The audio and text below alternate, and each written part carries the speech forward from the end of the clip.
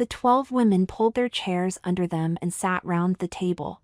Vera, as founder, and also as the most senior member, chaired the meeting and brought it to order. It was not that Vera was old, she was only in her early 40s, with her face unlined, her hair still dark and glossy, and her figure still showed all the curves of youth. So, under old business. She sat back in her chair and looked at the others. As you know, we like to have a follow-up to our activities over 2 years to see how our plans and actions have worked out since their implementation. That way we can perhaps refine our methods, policies, and our actions. 2 years may seem a longish time, but we know that the immediate effects of our actions are, let's say, rather life-changing for the subjects.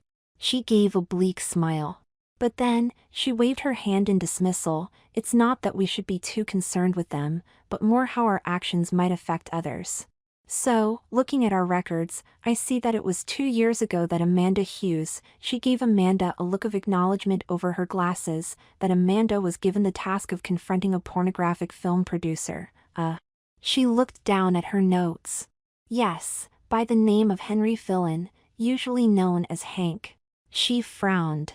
There are quite a number of such organizations making pornographic productions. Our reason for choosing this one for our attention was that it was a very small operation. We wanted to use it as a test before we put our attention on bigger producers. So, Amanda, can you give us an update on what happened? At an earlier meeting you described your interaction with Mr. Fillon after you had confronted him, but can you tell us what has happened since? Amanda was a few years younger, in her mid-20s. She was slimmer than Vera, with a nice graceful figure. She cleared her throat. First, can I remind members of my task and how I performed it? This will give Joyce and Helga, our recent members, some background. There were general nods of agreement from round the table. Well, you see, our idea was, like our other activities, to use that antique book of spells in our possession, in particular that spell that changes a man to a woman. Our committee wanted to stop Mr. Fillon's activities. As you know, we all had agreed that the pornographic film industry degrades women. We wanted to shut it down and, to make these men aware of what it is like to live as women, this spell would be read to them. When they become women, I suppose they find it a punishment at first, but the intention is that they get a different perspective on the role of women in society. Just to remind you all of how it works, they fall unconscious after the spell is read to them and they remain so while it takes effect. After about a day and a half they wake as women, quite beautiful ones too. That is the result of the spell. It also affects anyone hearing it and makes the woman reading it more beautiful. I have used it a number of times and I must say it has worked well on me. She ran her long fingers through her red hair. After I partially drugged him so that Mr. Fillon was lethargic but still conscious, I read the spell to him. I had told him what was going to happen to him and after I was satisfied that the spell had started working properly, I called his partner, a woman who was his girlfriend but also participated intimately, in the productions. Indeed, these were the only actors. As I knew that Mr. Fillon would become unconscious, he needed someone to be there in case of medical problems. I only wanted to change him, not kill him. Anyway, Mr. Fillon did undergo a successful change as planned and I have kept watch on him since the transformation. Amanda hesitated. And while it did eliminate his film business, Mr. Fillon, I will have to now say Miss Fillon, has taken up a new line of work. Amanda took a deep breath. Whereas her first line of work was demeaning to women, I am not sure now what to say now. Her work can be viewed as immoral, but the remit of this group is not to rule on morality. You see, her present line of work is still in the sex trade and is now even quite a bit more successful than the previous. She has established herself as a dominatrix. A successful one too. She has a number of clients, all male. I am not sure that being a dominatrix is demeaning to women. Perhaps it is more demeaning to men. So, if you view her as a kind of prostitute, yes, she is demeaning to women. If you see her as a successful businesswoman, no. In her favor, she keeps an apparently satisfactory and loving relationship with a woman, Julie, who was her partner before the change. I didn't know it at the time, but apparently Julie was pregnant when I administered the spell to Mr. Fillon. They've now got a young daughter, and appear to be loving parents. Julie is a stay-at-home mother and dotes on her daughter. To her neighbors, Miss Fillon appears to be a moderately successful businesswoman and shows a conservative image. She dresses conservatively and behaves like a responsible citizen. The only difference from a society norm is that she has a lesbian relationship with Julie. Amanda looked up at the others, but there was little reaction. Some just stared at the walls opposite. Vera finally spoke, in measured tones. "Thank you, Amanda. Does anyone have any comments?" There were none. Vera collected her thoughts. "I think we will have to keep this under consideration. Personally, I had not expected this outcome. The business may offend some, but as long as her business is not affecting her clients' relationships with any spouses, perhaps we should leave it alone. Besides, what could we do?" She shuffled her notes, waiting for comments, but there were none. "All right, shall we move on to new business? Rose, you have been investigating some men who might be candidates for our attentions. Can you tell us about them?" Rose, a pretty, dark-haired, petite young woman, was one of the founder members of the group. She peered at the list in front of her. "There are a number of candidates, you might say. I would remind members that we have to be careful. It would be very risky to use the spell on high-profile individuals, at least at this stage. If there were changes to high-profile individuals, they would be too noticeable, and that would lead to undesirable investigations by police, even by religious authorities. That unfortunately takes out high-profile politicians and businessmen, even though they need it. Perhaps when we have more experience we can look at these. Our last subject was Hank Sisson, as Amanda has said. I've examined a number of other candidates and all except two are possibilities, just possibilities. There may even be some drawbacks with them. So, are there any other suggestions from anyone here?" A newer member of the group, Caroline, held up her hand. Caroline was fairly tall, with dark curly hair and glasses. She was wearing a dark pantsuit with a plain white blouse underneath. Her only jewelry were small gold balls in her ears. The other members of the committee knew she was a successful business consultant. The actions of an administrator working with the city have come to my attention. He is named Mason McQuillan. He's still in the lower rungs of management, so is relatively low profile. He's unmarried, divorced actually, so his change would not affect a family. He has a small staff, but has many dealings with people in other departments of his company and with the public. His removal, or whatever happens, would cause some reaction, but not too much. He's shown himself to be quite sexist. Around his office he's got a bad reputation for unwanted advances, demeaning slurs to female staff and giving his male staff the more important tasks. He has been quite skilled at hiding his tracks, so nothing can be proved about him. If he were to be changed, it would remove him from that position.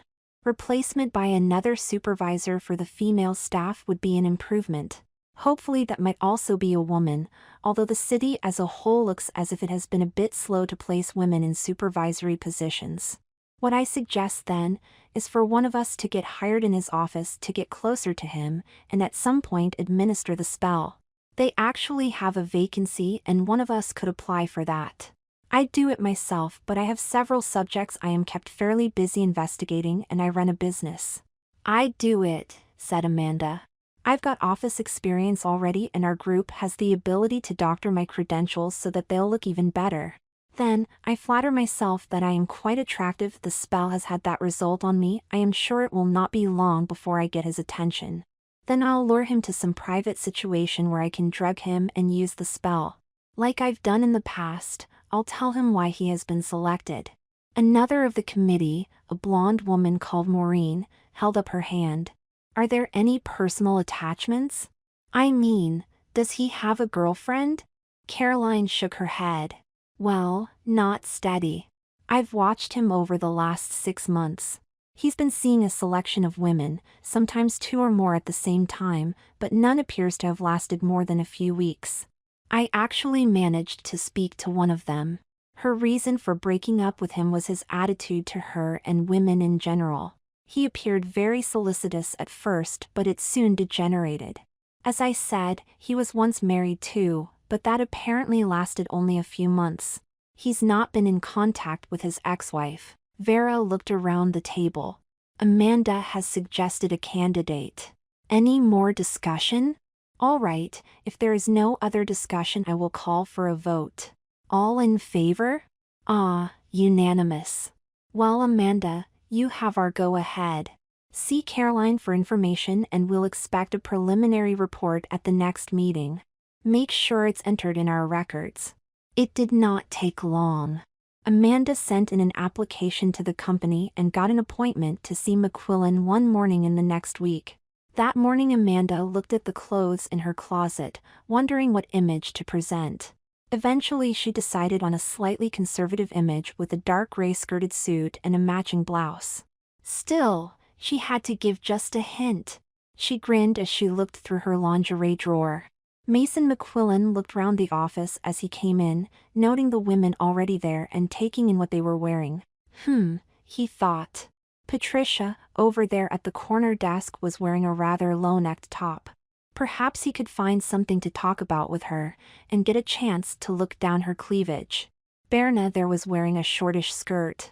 Yes, he could call her into his office and sit her on a low chair in front of him and get a view of her thighs and more. His receptionist, Georgia, was smartly dressed as usual, impeccably made up, but she always projected a chilly attitude that he would get nowhere with her. Good morning, all. He gave them a superior look. He relished the good morning, sir, that was chorused back. He checked the clock, still 5 minutes before starting time, and 2 women still weren't there. If they were late, it would give him a chance to take them into his office to warn them. He would start off sternly, but then back off, so that they would be grateful to him. He might hint that he would overlook their lateness in return for future consideration. He was actually disappointed when Susan and Cornelia pushed through the door with just a couple of minutes to spare, their high heels clacking on the tiled floor. Good morning. Just made it, I see, he smirked. He went into his own cubicle, hung up his jacket, sat down at the desk and booted up his computer, checking what there was in his schedule and then the emails. Oh yes, there was a vacancy in the office staff and he was supposed to interview a candidate at 10, a woman called Amanda Hughes. He looked at her resume. It told her experience and training, but nothing else, other than her age.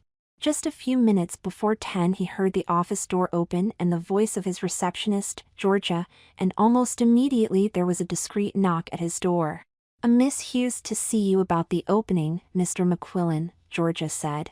She has an appointment. He had been expecting it, but he just nodded. In a few minutes, Georgia.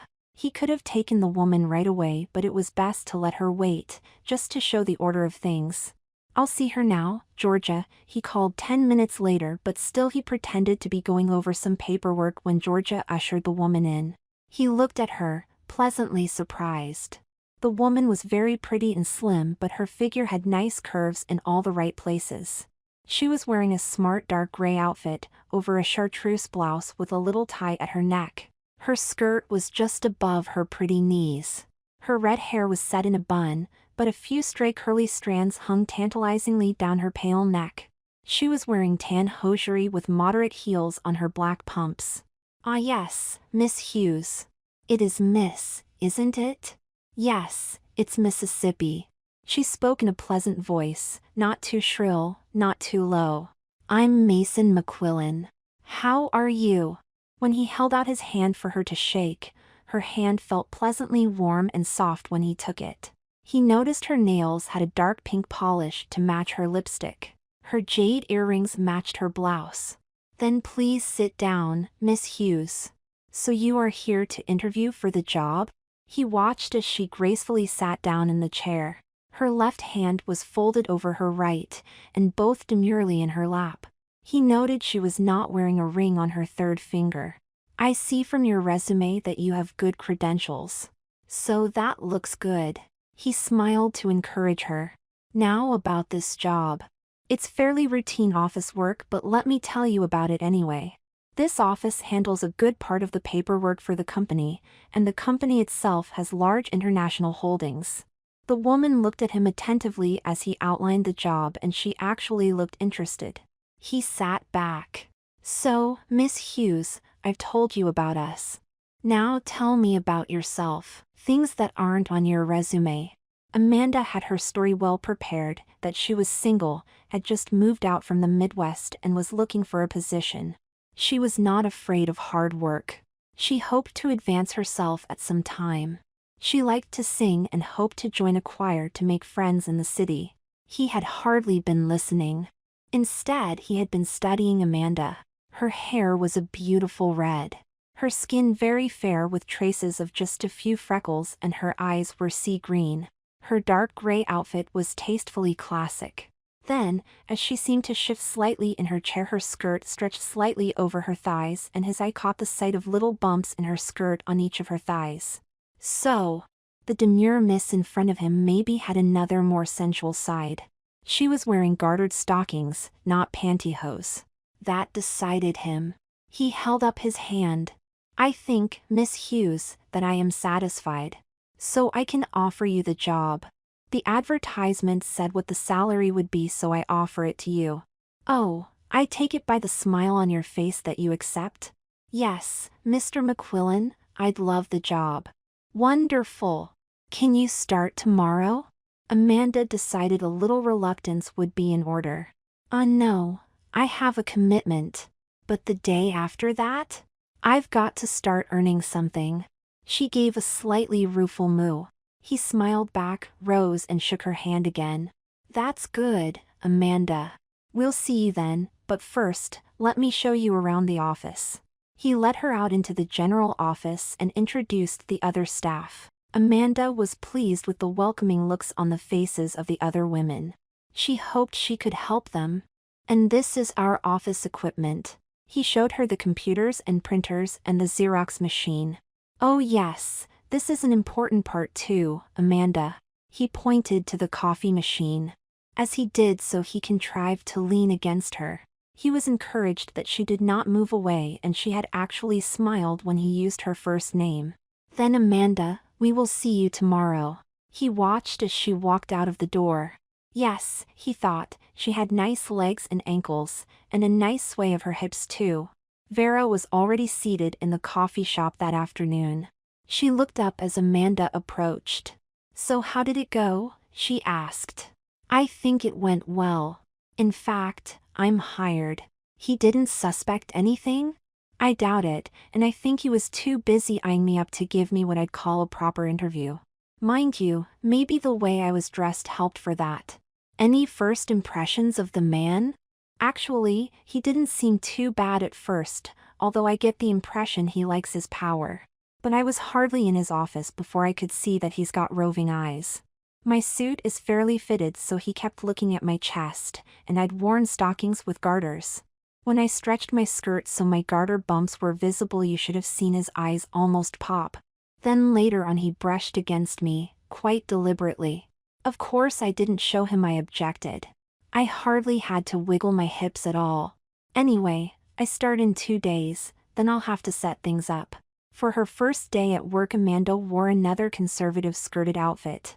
The other women made her welcome, and Mason too gave her a wide smile, but she knew his eyes were taking her in. His move did not come until Friday. Amanda was getting a little worried that he would not take the bait. The work gave her no problems, but she did not want to spend too much time at the job. Mason called her to his office, ostensibly to discuss her first days at the job, but he was looking for an opening. Amanda, come in. So how was your first week? Any problems, any concerns, anything I can do to help? No, I'm happy, sir. I think I'll like it here. That's wonderful, Amada. How are you finding things? It was a day or so before I got used to the system and finding things, and I wasn't familiar with the computer program, but that's worked out fine, and the other ladies in the office have been very supportive, Mr. McQuillan. Please, out of the office, call me Mason. Amanda, as a kind of celebration of your first week, you feel like going for a drink after? Oh, that would be very nice, mister. Mason. He took her to a local bar.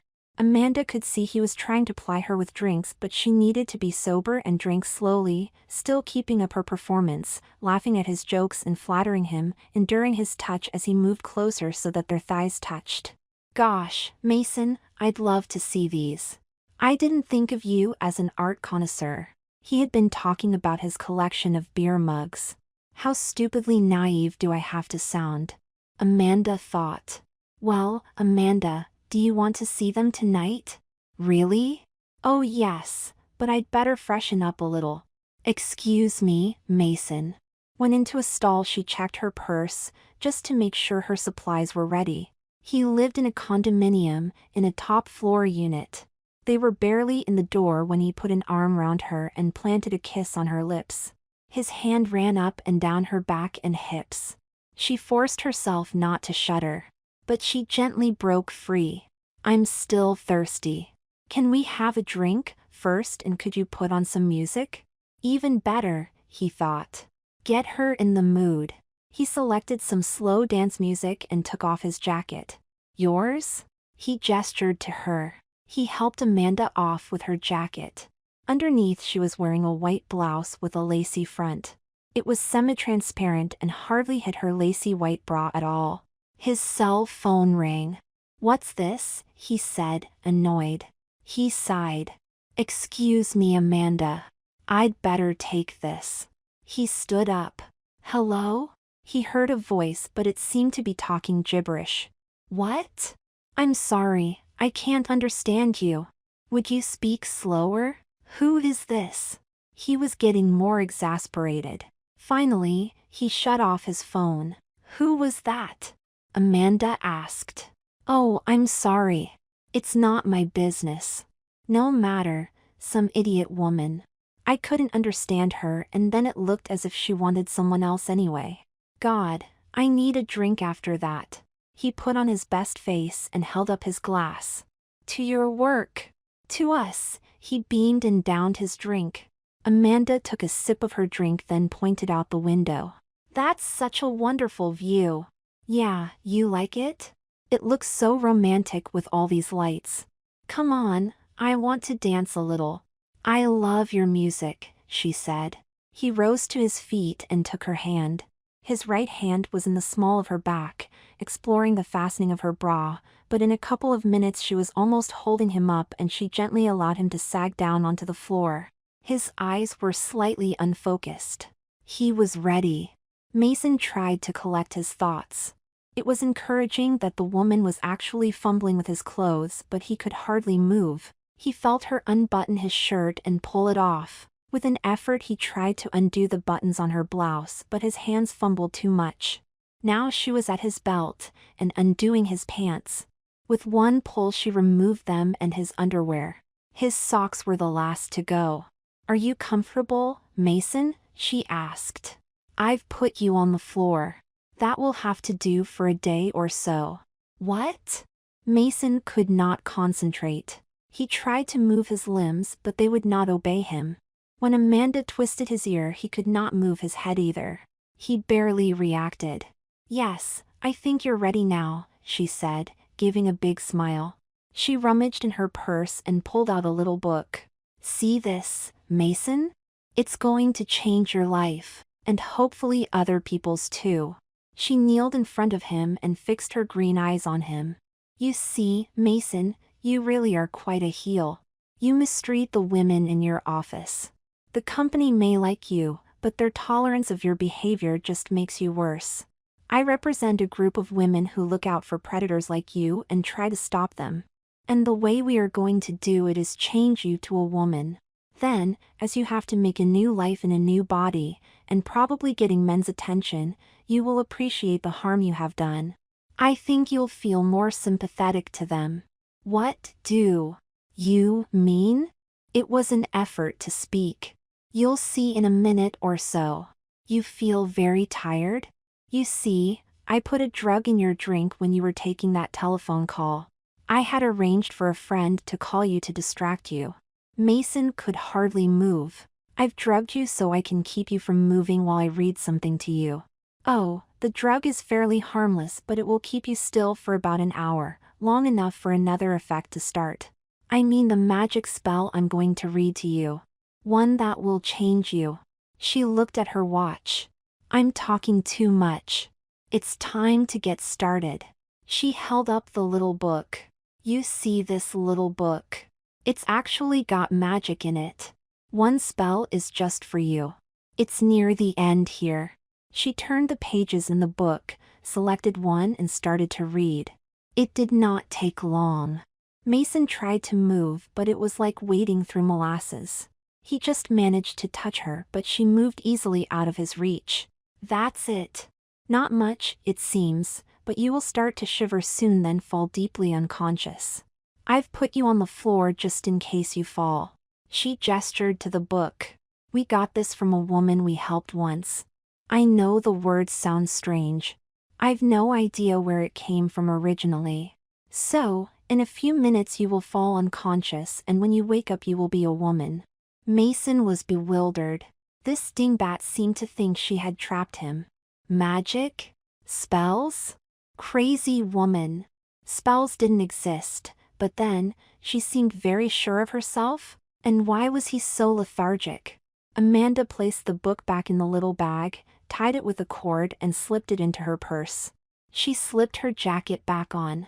I'm going to watch you until I'm sure everything is going well. We also have a few changes to make here, but then I'll leave you to your own devices.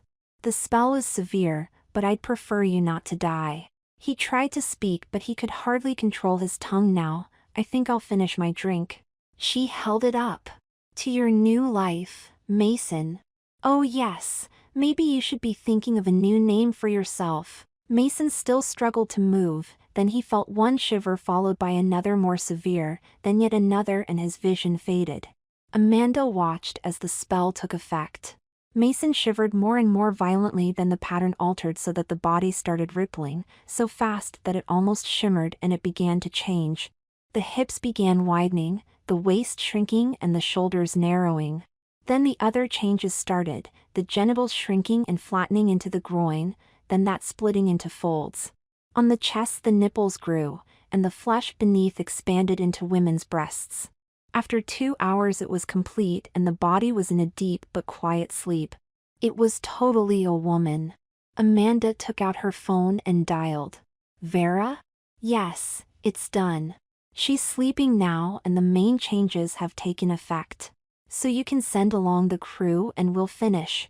About an hour later Amanda opened the door to 3 other women. They carried large stuffed bags. With the efficiency of experience they tore through the apartment and in 2 hours had changed it to their satisfaction. With a last check round they grinned at each other, gave each other high fives, lifted their bags and closed the door. Well into the second day later, the figure on the floor began to stir. Her legs and arms began to twitch and move spasmodically, and her body twisted and stretched. Some minutes later she began to gasp and her eyes flickered. She groaned. All she was aware of was a combination of pain, nausea, and confusion.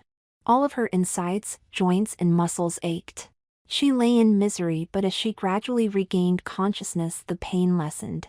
But now she began to be more aware of strange sensations from her chest and belly, bit by bit realizing that her body, apart from its aching, felt different somehow. Her hands strayed to her groin, and stopped as if in shock, felt around then scrabbled desperately. Her eyes flew wide open and she screamed. Her hands flew to her chest and she screamed louder. She was aware that her ears were stinging, and when she felt at them she discovered small metal balls fixed in the lobes. The lobes had been double pierced. She climbed to her feet, stared down at herself, giving little cries, somewhere between gasps and sobs, and lurched into the bathroom to look in the mirror. Facing her was a woman's face, but a strange face with traces of male hair. She collapsed on the floor, remembering what the woman Amanda had said. It had been no joke. An hour or so later, when she had exhausted her tears, she got to her knees, then to her feet, and looked round.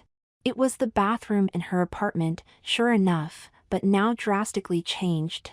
There were signs of femininity everywhere, pink fluffy towels and cloths, a pink bath mat below her, floral-scented soap, a pink shower curtain, shower gel, shampoos, even a pink toothbrush. Aware of her wide hips making her gait different, she stumbled back out into the main room again, aware of the strange feel of the breasts on her chest.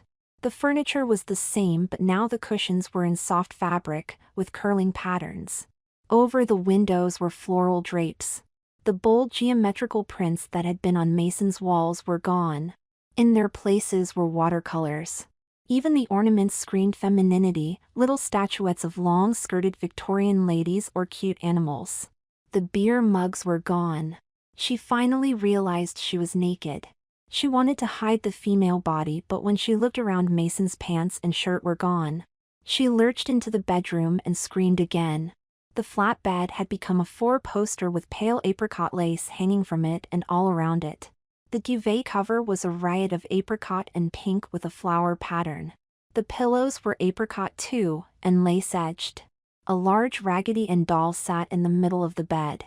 The dressing table had an embroidered cover with lacy edges, and on it lay a woman's hairbrush, combs, powders, lipsticks and other cosmetics, even an eyelash curler. On a small rack hung jewelry, chains on one side and earrings on another and rings on the middle. She staggered to her chest of drawers. One drawer was already partly open with a piece of white fabric hanging from it. She pulled the drawer open to see it was a bra strap. One side of the drawer was filled with bras, the cups all neatly folded into each other. The other side held pantyhose, stockings and tights, with several garter belts. Two corsets lay folded in the center, one dark red with black lace, the other white with a trim of blue ribbon. Whimpering, she threw another drawer open and gaped. It was filled with satin panties and slips in white or pastel colors. Another drawer held nightgowns, some pastel, some sheer, some black and lacy. She ran to the closet and pulled it open. All of Mason's pants and suits were gone. Instead, women's sweaters and blouses hung on one side and the other side held only women's suits, skirts and dresses on padded hangers. With a sudden burst of hope, she grabbed at a denim garment by the side. At last, a pair of pants. But when she held them up, she saw the pockets were richly embroidered with pink and blue flowers. The rack at the bottom was filled with shoes and boots, but all were women's styles and sizes and mostly with high heels. There were even two pair of women's furry slippers. Amanda and her helpers, they watched the new woman's reactions with amusement and a few giggles as they monitored her over the next few days. As one of the last things they did, had planted a camera in the apartment. The next Monday morning, Amanda called into work to say that she had changed her mind about the job and would not be back. They watched as the woman who had been Mason frantically rummaged through the cupboards in the kitchen. It had taken her 2 days to run out of food. It took another day for hunger pangs to force her next action. The apartment was cool too. She needed to get some clothes on. They had only left 2 robes for her, one a lacy peignoir type. There was another thicker one, fluffy and pink and well embroidered. It took her a day to get the nerve to wear it. A day later, the watchers saw her hesitate at panties, then slide on a plain white pair. They watched as she sank to the floor, her head in her hands, and cried. Amanda was watching with Caroline. "How do you like it?" Amanda asked. "Wonderful.